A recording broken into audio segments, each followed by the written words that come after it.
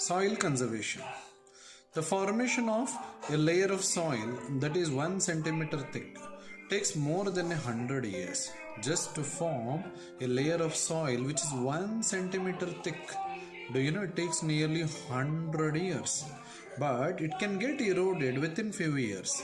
But that layer of soil, that is 1 centimeter thick layer of soil, to get lost, it requires very few years. It is therefore important to protect soil from erosion.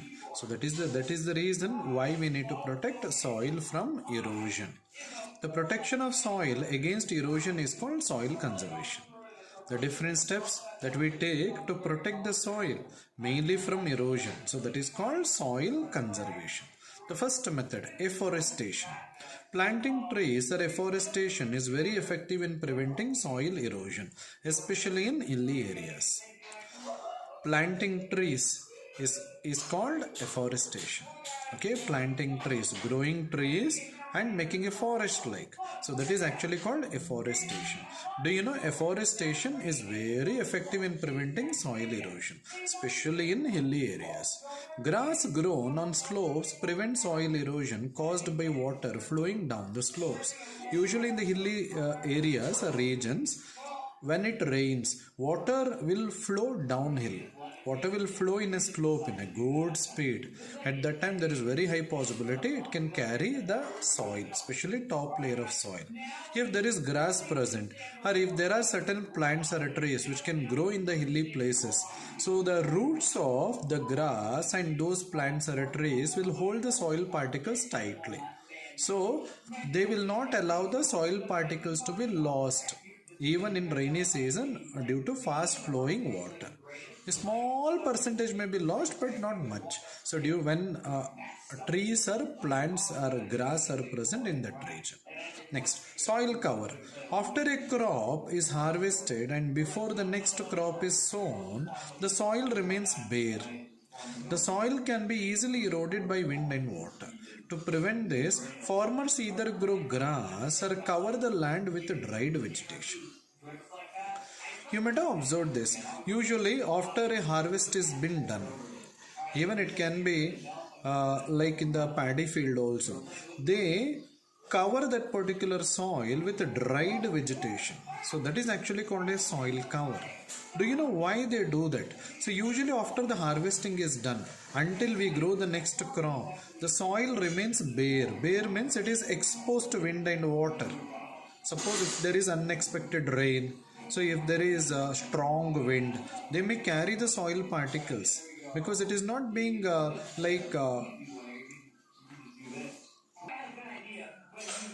covered or held by the roots of the plants. For that reason, to prevent this, usually farmers will grow grass.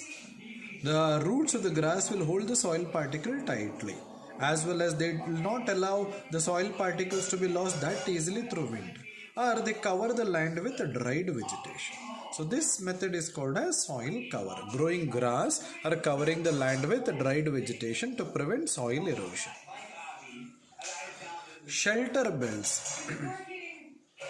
Growing hedges or trees along the edges of farmland as wind breakers reduces soil erosion by reducing the speed of wind. Growing hedges. Hedge means a fence or boundary consisting of small trees or shrubs. Shrub means average sized plant, or small trees or shrubs are actually grown at the edge of that particular land. Okay, so that they can avoid the wind speed. So they will also help in holding the soil particles with their roots, so that soil is not lost from that particular land. So growing hedges are trees along the edges of the farmland as wind breakers. So mainly they reduce the speed of the wind. So this will reduce soil erosion by reducing the speed of the wind. So this is called shelter belts. Next, terrace forming. Along the slope of hills, forming is done by cutting steps in the slopes. You can see this in the slope of the hills. This is called terrace forming. So they make steps, step by step they actually make.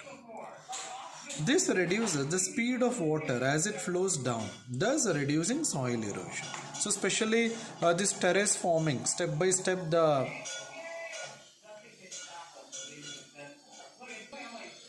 plants are grown on the steps here.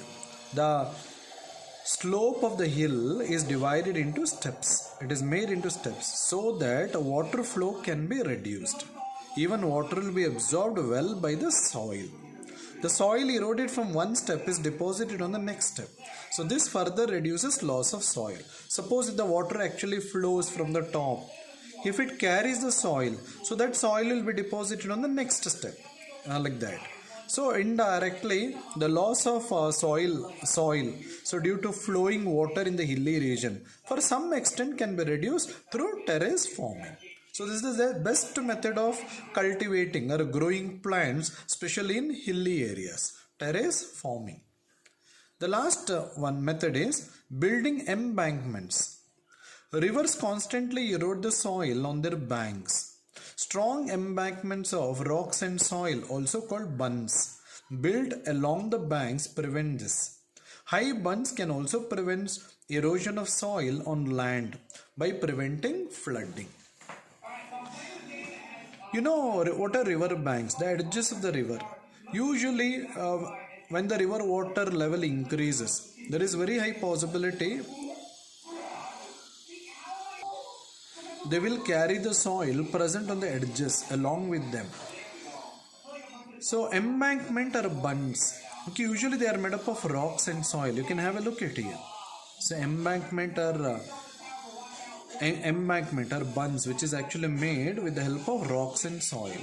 Even at the seashore also they actually place huge rocks and all. So mainly to prevent